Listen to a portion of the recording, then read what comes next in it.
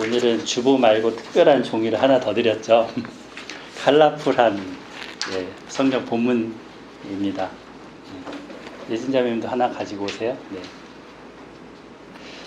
그 대화 부분을 이렇게 따로 색깔별로 이렇게 칠을 했습니다. 사실은 옛날에 제가 대화묻기라는 걸 했었거든요.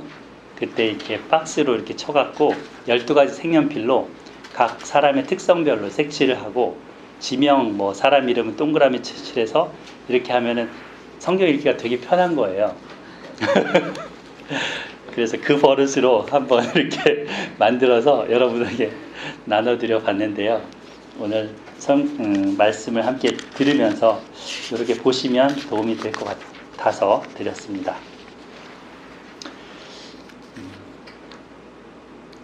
자, 제목 한번 읽어볼까요? 제목, 설교 제목, 유명하지만 눈먼 자 발람. 시작. 유명하지만 눈먼 자 발람. 네, 오늘 발람이 등장을 합니다. 이 발람에 대해서 보겠습니다. 만약에 이 두 눈이 없으면 얼마나 불행할까요? 저는 이제 안경까지 있어갖고 눈이 4개입니다.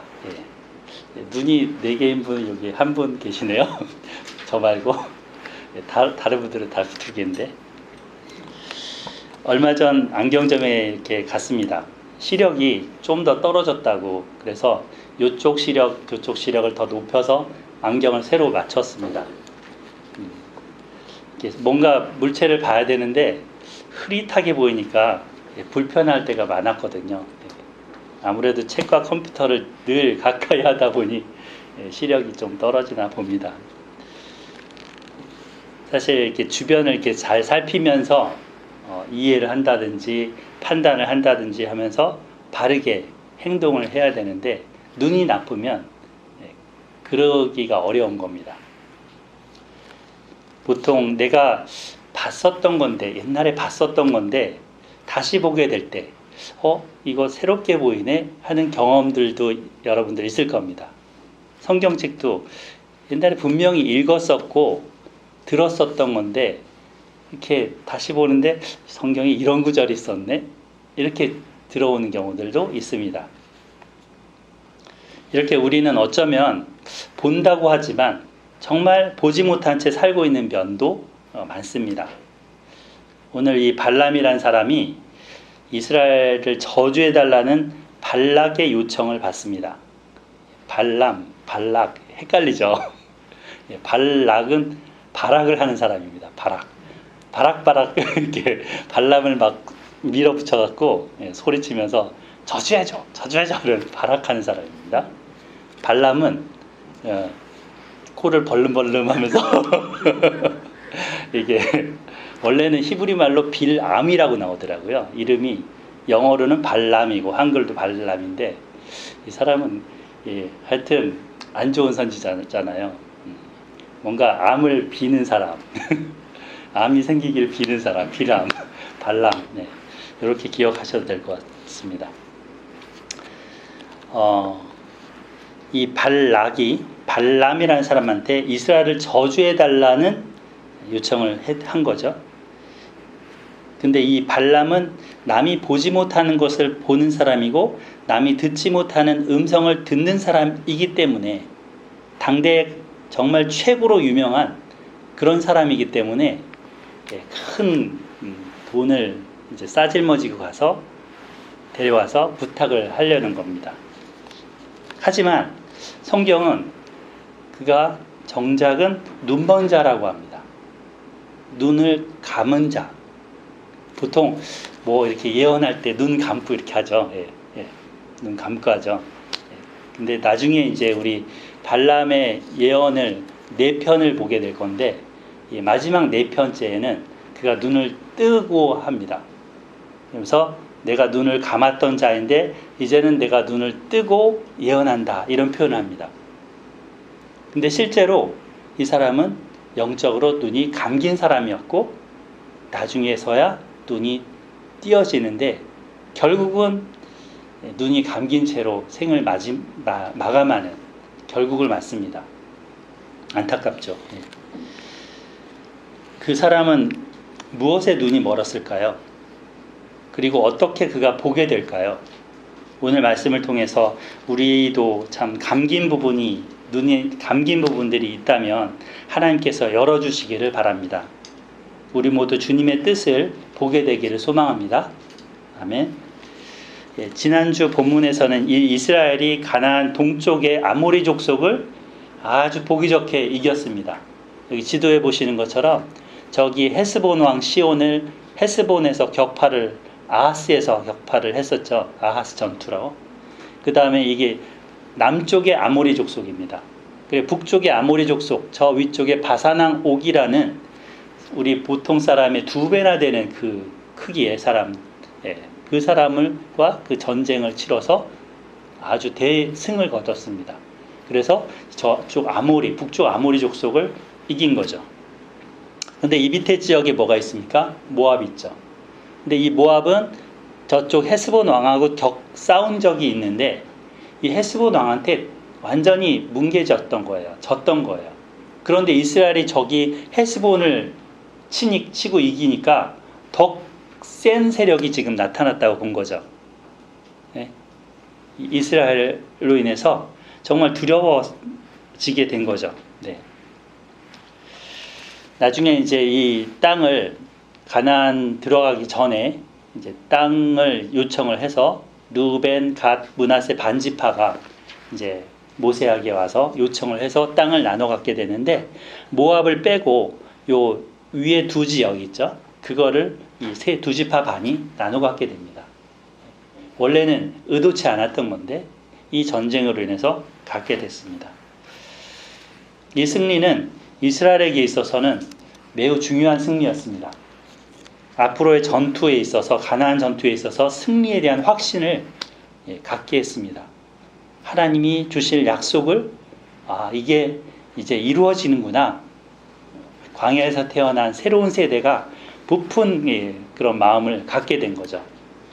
반면에 주변 국가들은 두려워서 덜덜 떨게 한 사건입니다. 저쪽 가나안 쪽 우리 여리고 기생 라합의 얘기도 들어봤었죠. 예. 그 사람처럼 정말 그 사람 말처럼 간담이 농나이다. 기절한 사람도 있었다. 이렇게 얘기하고 자 십볼의 아들 발락이라는 이 모압 왕도 그랬습니다. 우리 22장 1절 보면 이스라엘 자손이 또 길을 떠나 모압 평지에 진을 쳤으니 요단 건너편 곧 여리고 맞은편이더라. 그동안 이제 온갖 일을 겪으면서 이스라엘이 광야에서 지금 왔었습니다. 드디어 목적지가 코앞에 있습니다. 요단강만 건너면 바로 약속의 땅 가나안입니다. 한 걸음씩 한 걸음씩 오다 보니까 어느새 저 건너편에 여리고성이 보입니다.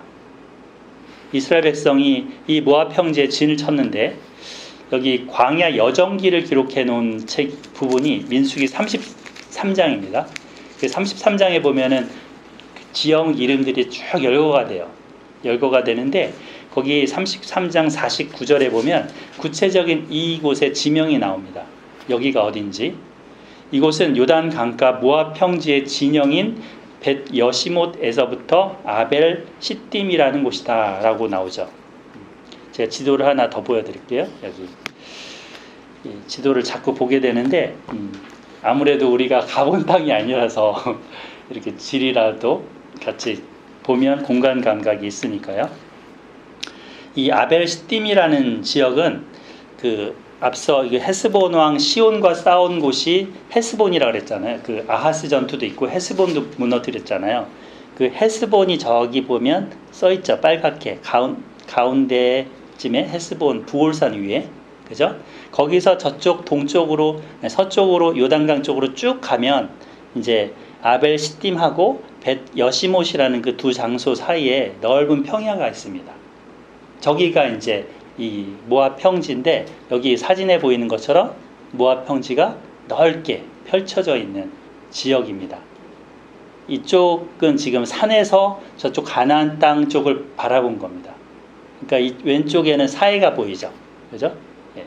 그래서 이 벳 여시못이라는 곳을 누가 가서 사진을 찍어 왔는데 이렇게 이제 평탄한 그러니까 저기 강 사이에 약간 넓은 평지라고 볼 수 있습니다. 이 이스라엘 백성들은 여기서 진을 치고 이제 가나안 땅을 앞에 두고 있기 때문에 기대와 긴장 속에 있었습니다. 근데 이들은 모르고 있는 일이 이쪽 저 산 위쪽에서 일어나고 있습니다. 이제 일어날 겁니다. 전혀 이 백성들은 모르는 일입니다. 그것이 발람과 발락이 벌이는 저주 계획입니다. 광야를 이제 지나서 다 온 것 같은데 정말 이제는 더 이상 두 큰 나라도 이겼고 이제 더 이상 이제 강 건너서는 전투가 있겠지만 더 이상 없을 것처럼 여길 수 있는데 그게 아닌 거죠. 위험 요소가 또다시 이제 도사리고 있습니다. 사탄은 우리가 섰다고 자만할 때 공격할 꼬투리를 잡고서 언제든지 넘어뜨리려고 애를 씁니다. 지치지도 않아요, 사탄은. 사탄은 낙심하는 게 없어. 보통 우리는 선을 행하다가 낙심하고 지치고 이런 게 있잖아요. 근데 얘는 지치지도 않고 완전히 계속적으로 밀어붙이는 거죠. 끈질기죠. 사탄은 무슨 일을 합니까? 지금 모압 왕 발락의 내면 속에 두려움을 갖게 합니다. 또 발람이라는 저 이방의 선지자 그 사람의 마음에 탐욕이라는 것을 부추깁니다. 그래서 한 손에는 두려움, 한 손에는 탐욕, 이것을 양손에 들고 이제 이스라엘을 멸망시키려고 시도를 하는 것입니다. 디모데서에 보면 나오잖아요. 두려워하는 마음은 하나님이 주신 마음이 아니다. 사단이 주는 마음인 거죠. 두려움과 욕심, 이걸 통해서 일합니다. 하지만 우리 하나님은 그의 백성들을 향한 보호의 끈을 놓지 않으십니다.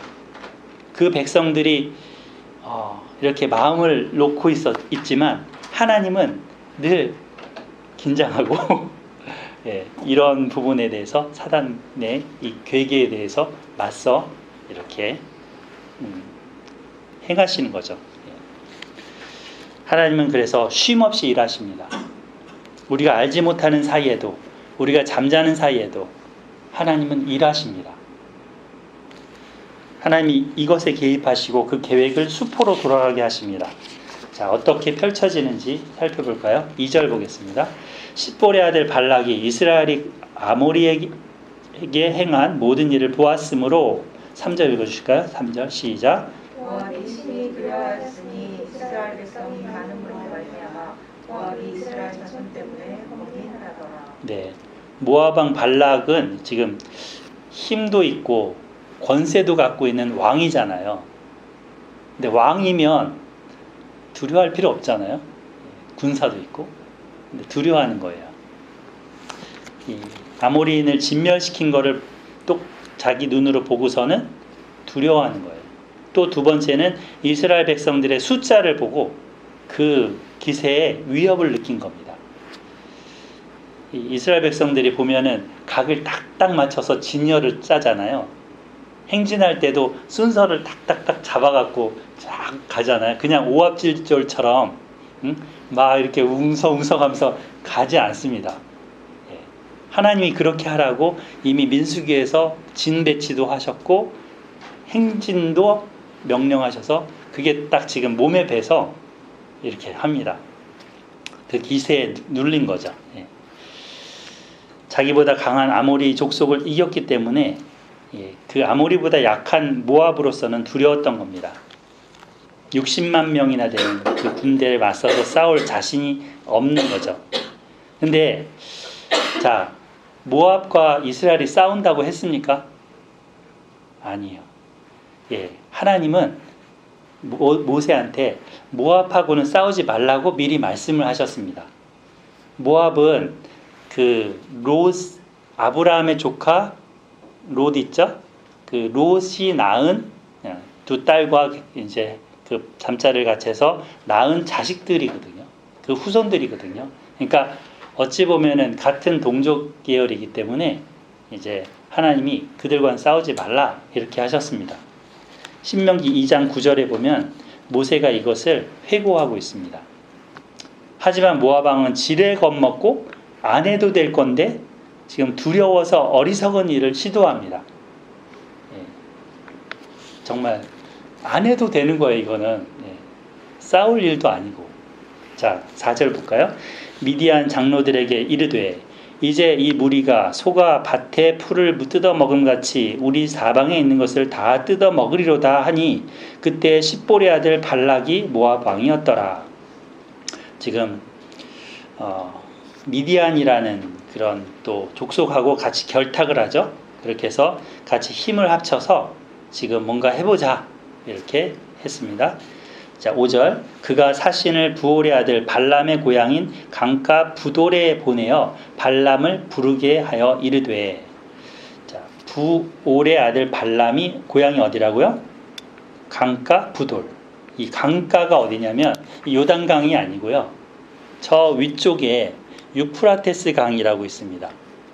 자, 여기 보면 이 더 한참 위인데 이 올라가면 티그리스 강, 유프라테스 강이 메소포타미아 있죠. 예. 그래서 그 유프라테스 강 상류 쪽에 갈그미스라는 장소가 있고요. 그 갈그미스에서 한 20km 약간 떨어진 곳에 부돌이라는 장소가 있는데 여기가 고향입니다. 그러니까 저기 모압 왕은 왼쪽 그 지도 보면 한참 아래에서 사해 옆에 있는데 거기서부터 사신을 보내기를 저 위쪽에 지금 한참 위에 있는 부돌이라는 곳으로 이 발람을 요청하러 보낸 겁니다. 이 거리가 약 600km 정도 됩니다. 서울에서 부산 거리가 한 390km 되니까 왕복하는 거리 정도가 되는 거죠. 요즘은 이제 KTX도 있고 버스도 있고 그래서 한 5시간이면 딱 부산 가잖아요.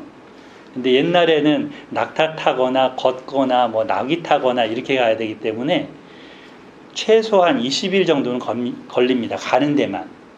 그러면 갔다가 왔다가 또 거절했으니까 또 보내서 갔다가 왔다가 하면 한 석 달은 최소 걸리는 거죠. 그 기간 동안 일어난 일입니다.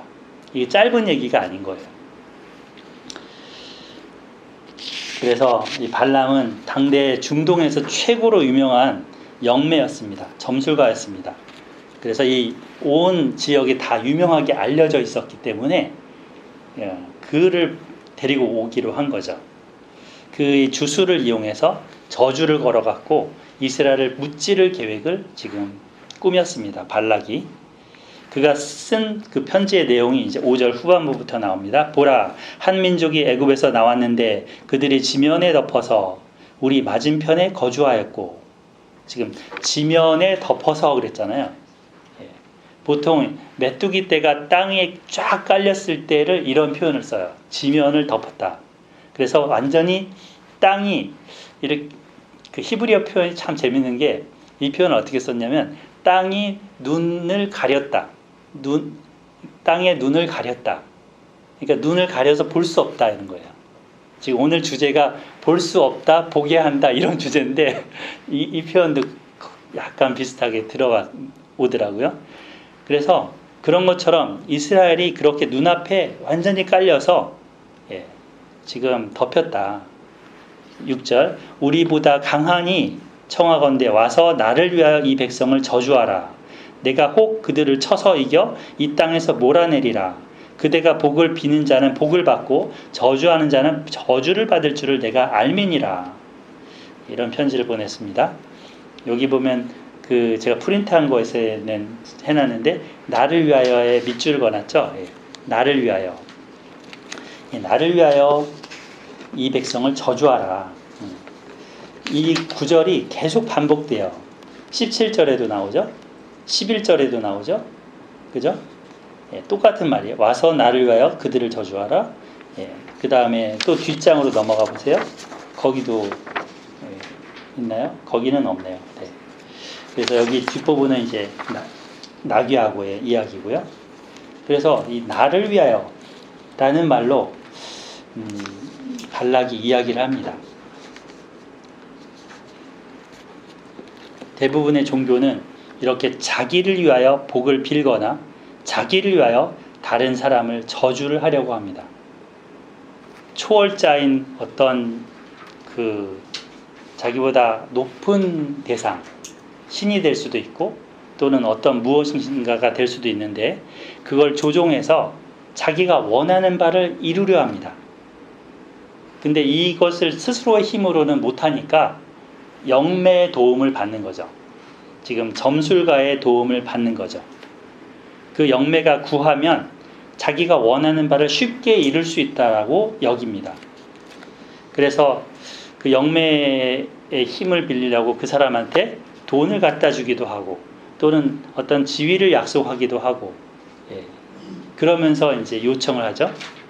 고대에는 이런 주술사나 마술사나 이런 사람들이 그런 역할을 했습니다. 현대에는 어떨까요? 현대에도 무당이 있죠. 점쟁이들이 있죠. 그래서 얼마 갖고 왔어? 그러고 적으면 이거 갖고 안 돼. 더 갖고 와. 그래서 반말을 꼭 써요. 이 사람들은. 확 힘으로 누르려고.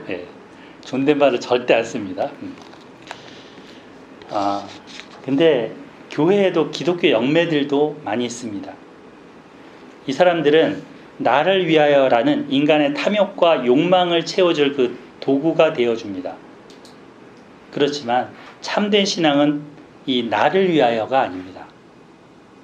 그럼 무엇을 위하여요? 무엇을 위하여요? 나를 위하여가 아니면 하나님의 영광을 위하여. 하나님의 영광을 위하여가 첫째 목적이어야 합니다.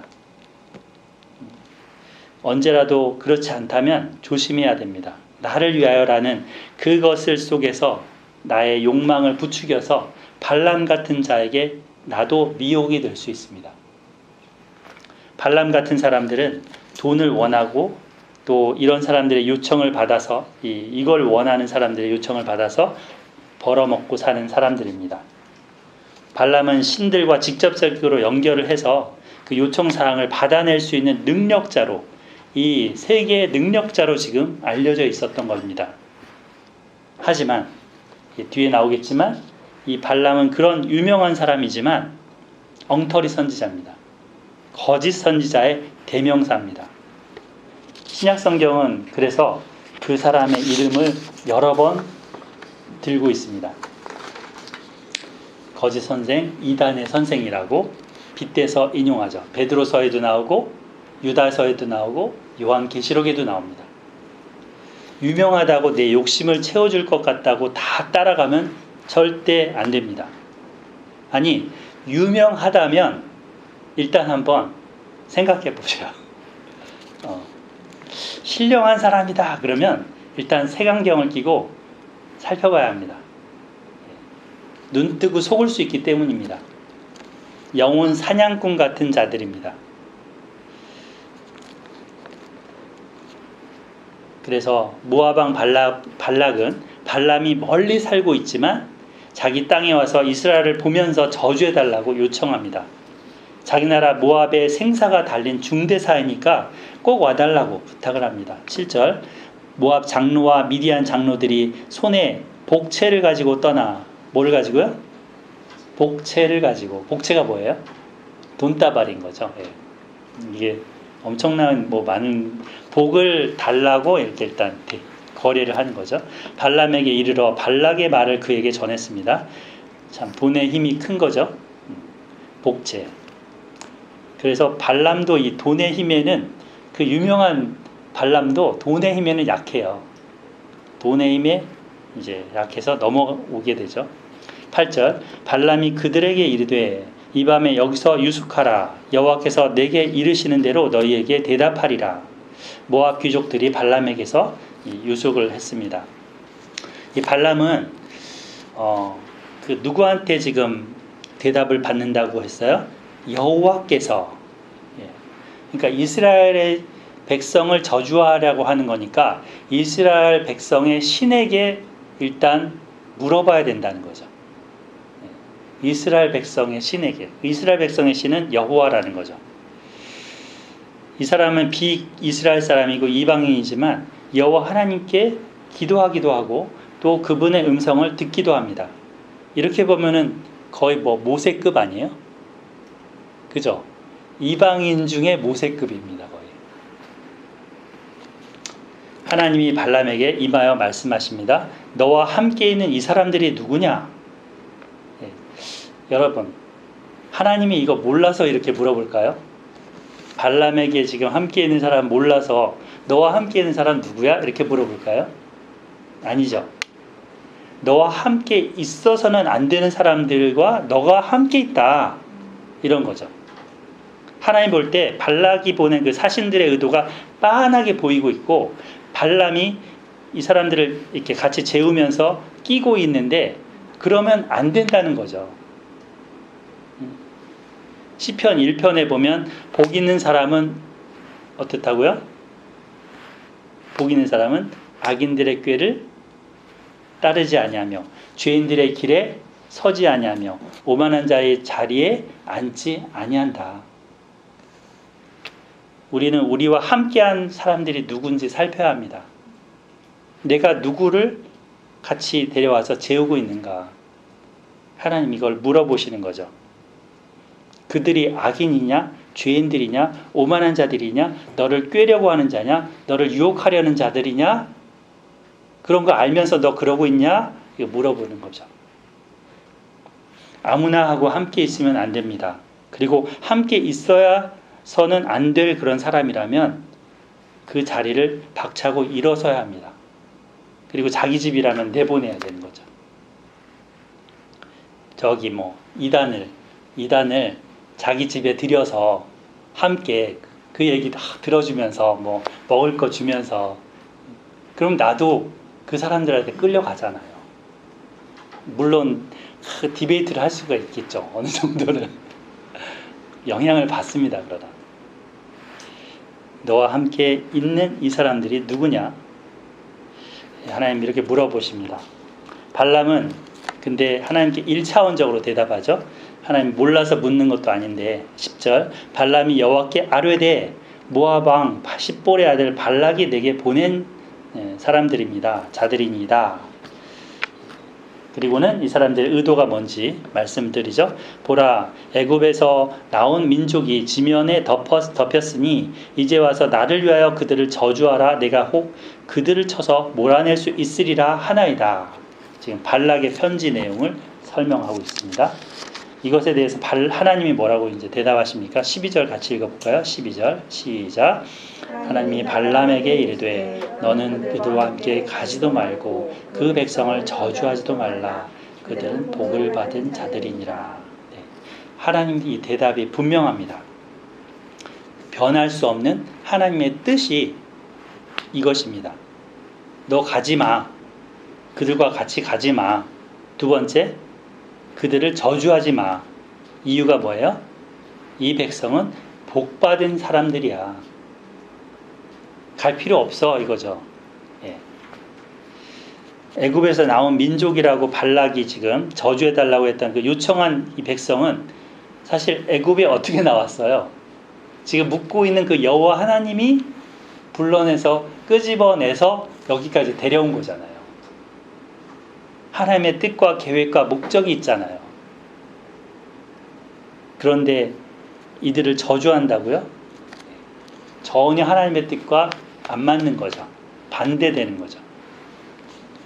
하나님이 복을 준 자들입니다. 그러므로 저주해서는 안 될 대상이고 두말할 것 없이 이 사람들의 요청을 따라서는 안 될 것입니다. 그래서 발람은 이제 아침에 마지못해서 이 사람들을 돌려보냅니다. 13절 발람이 아침에 일어나서 발락의 귀족들에게 이르되 너희는 너희의 땅으로 돌아가라. 여호와께서 내가 너희와 함께 가기를 허락하지 아니하시느니라. 잘했죠? 여기까지는 잘했습니다. 안 간다, 못 간다. 그런데 이제 이 사람이 발람이 이 귀족들한테 안 한 말이 있습니다. 뭐죠?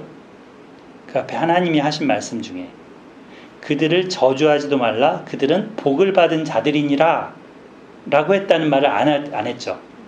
그냥 함께 가지 말라고만 했다. 이 말을 안 하고 돌려보냈더니 발락이 미련을 못 버리는 거예요. 조금 더 밀어붙이고 요청하면 발람도 넘어올 거라고 생각을 하는 거예요.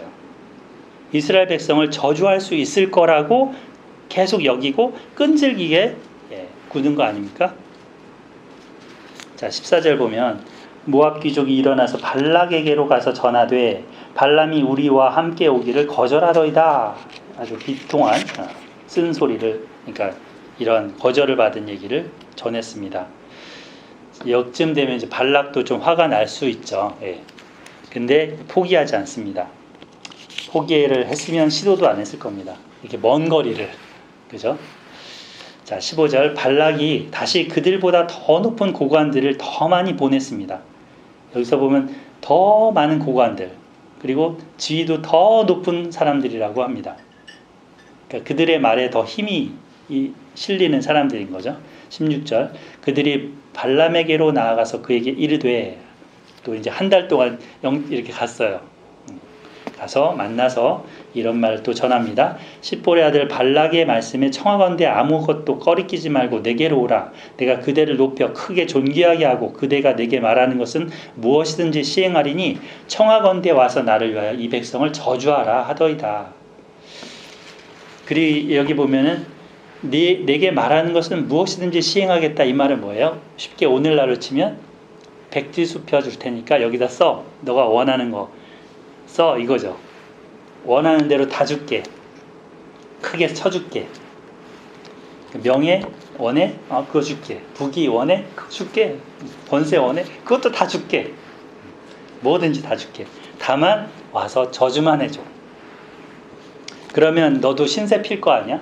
지금 점쟁이 신세로 평생 저기 유프라데스 강 상류에서 부돌에서 머물고 있을 게 아니고, 내 여기 모아보면 여기서 내가 국사로, 그 왕의 국사 있잖아요.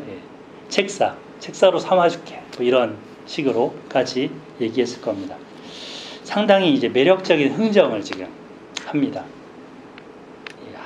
한탕으로 지금 발람은 평생에 쓰고 남을 돈 걱정 없는 그런 기회를 지금 탁 잡을 수 있는 겁니다. 침 넘어가는 거죠.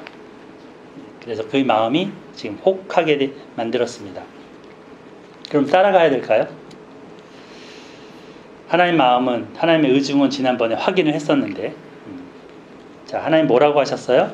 너는 그들과 함께 가지도 말라 했잖아요. 그러면 가서는 안 되는 거잖아요. 근데 지금 발람이 계속 와서 뭐 삼고초려한다 해도 가서는 안 되는 겁니다. 국무총리 자리를 준다 해도, 장관 자리를 준다 해도 안 되는 거는 안 되는 겁니다. 근데 자기 눈에 지금 떡고물이 지나가니까 눈앞에 발람의 속마음이 가봤으면 하는, 저거 잡고 싶은데 하는 그 마음이 있는 겁니다. 18절 볼까요? 발람이 발락의 신하들에게 대답하여 이르되 발락이 그 집에 가득한 은금을 내게 줄지라도 내가 능히 여호와 내 하나님의 말씀을 어겨 덜하거나 더하지 못하겠노라. 지금 돈 문제가 아니다, 이런 거죠. 아무리 돈을 다발로 갖고 와도 안 되는 건 안 되는 거다. 참 말을 바르게 했습니다. 그죠? 예. 진짜 본심일까요? 네. 자, 여기 뒤에 보면 근데 본심이 아닌 게 뒤 19절에 나와요. 19절 같이 읽어봐요. 시작. 이제 너희도 이 밤에 여기서 유숙하라. 여호와께서 내게 무슨 말씀을 더 하실는지 알아보리라. 예. 하나님이 무슨 말씀을 더 하실는지 알아보리라. 지난번에 하나님 말씀 들었는데 의중이 분명한데도 또 알아보겠다. 왜? 지금 돈 욕심이 있거든요. 발락이 그 주겠다 하는 것이 있는데 입으로는 조금 전에 뭐라고 했냐면 그 집에 가득한 은금을 내게 줄지라도 라고 했는데 미련이 있는 거예요. 지금 말하는 것과 속마음이 다른 거예요. 그래서 이렇게 말합니다. 18절에서 거기 보면 발락이 하나님을 뭐라고 하냐면 여호와 내 여호와라 그래요. 자기 하나님이래요. 내 여호와. 근데 이 여호와 하나님을 자기가 조종할 수 있는 분으로 여기는 거예요. 그래서 하나님의 의중을 움직일 수 있을 거로 뭔가 더 하시겠는지 알아보리라. 이 말은 자기의 힘으로 하나님도 지금 마음을 바꾸도록 해보겠다라는 의중이 있는 거죠. 이렇게 이제 종교를 이용하는 사람은 하나님도 조종할 수 있다고 생각합니다. 자신의 뜻한 바를 간절히 열심히 뭔가를 갖다 바치면서 때를 쓰면 얻어낼 수 있다라고 여깁니다. 여기 책들이 굉장히 많은데 책들 제목의 공통점을 한번 찾아보십시오. 책들 제목의 공통점.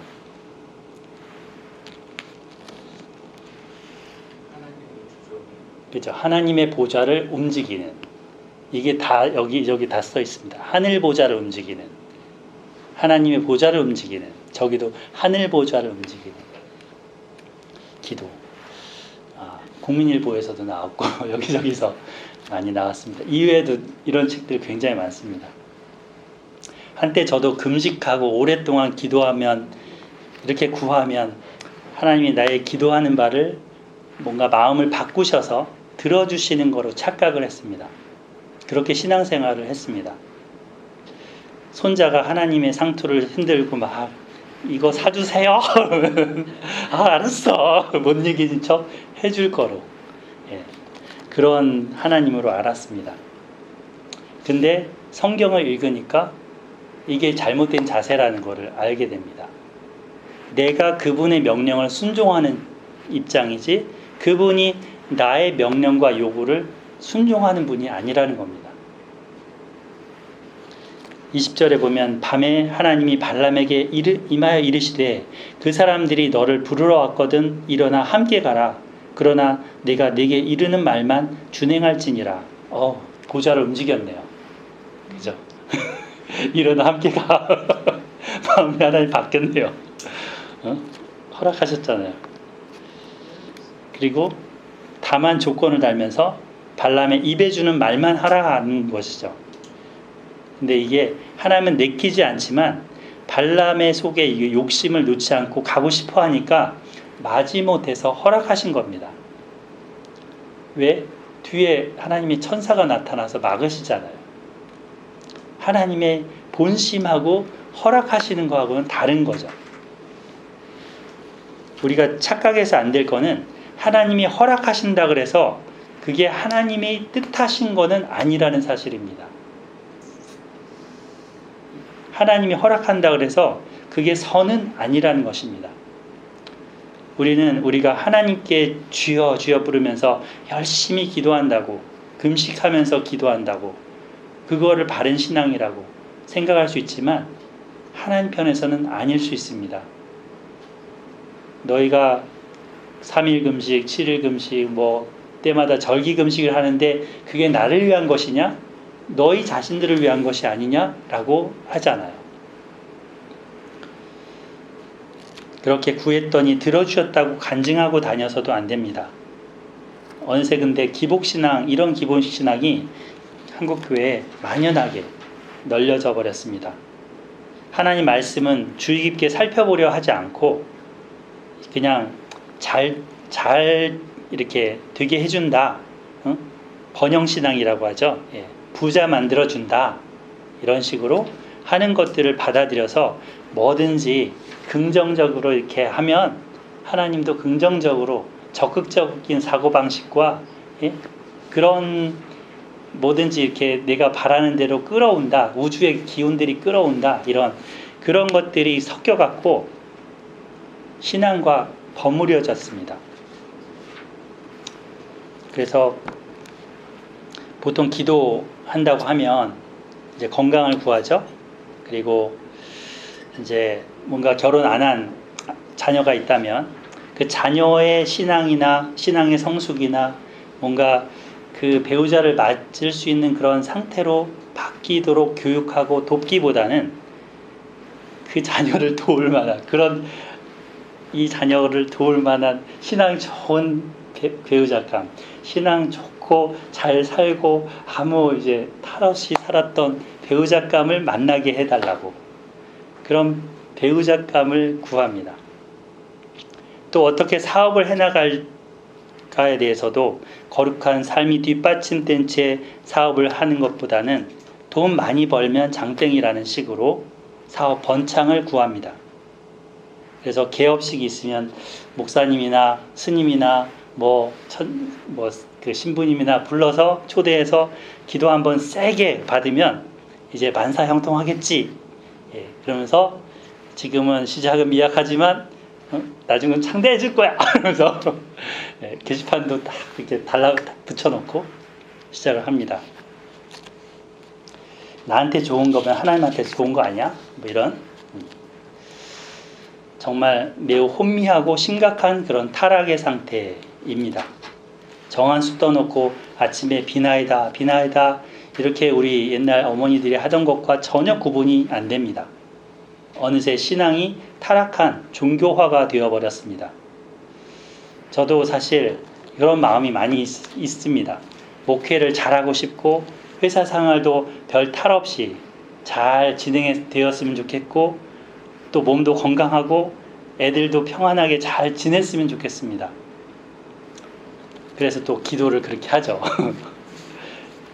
근데 마음같이 되지를 않습니다. 그래서 또 하나님께 이것저것 구하잖아요. 이 사람 저 사람 이름을 부르면서 기도를 합니다.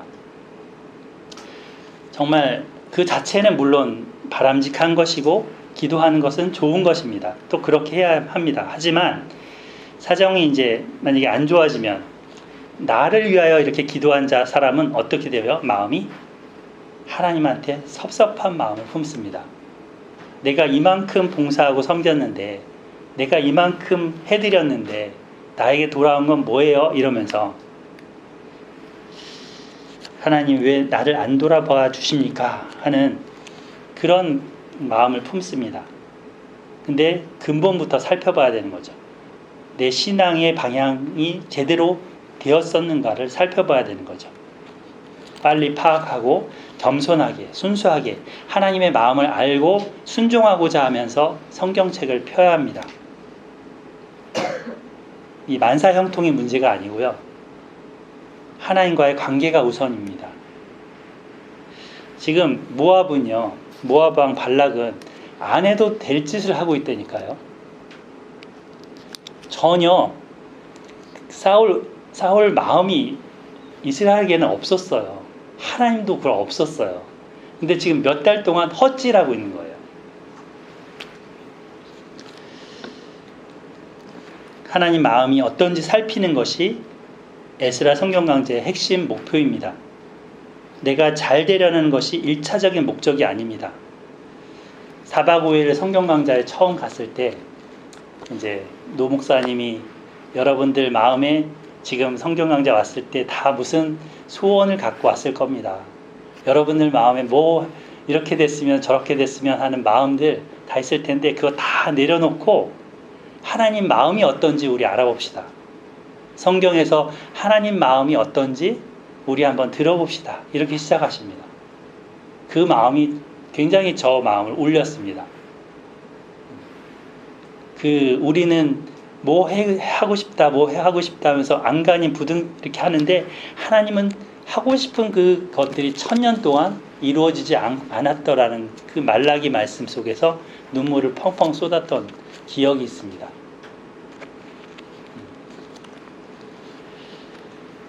목적과 방향 설정이 바르게 되어 있어야 발람처럼 어리석은 결정을 하지 않습니다.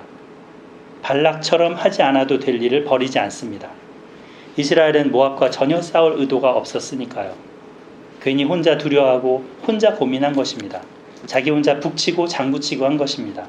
일어나지도 않을 문제를 미리 만들어 놓고 지레짐작하면서 스스로 끙끙댄 것입니다. 향방 없는 싸움을 한 것입니다. 때로 저도 그래요. 영구식이기 때문에 이렇게 가면은 이렇게 될 거니까 이렇게 준비하고 근데 실제로 딱 맞닥뜨리면 그 현장은 전혀 그런 일은 없어요. 혼자 애쓴 거죠.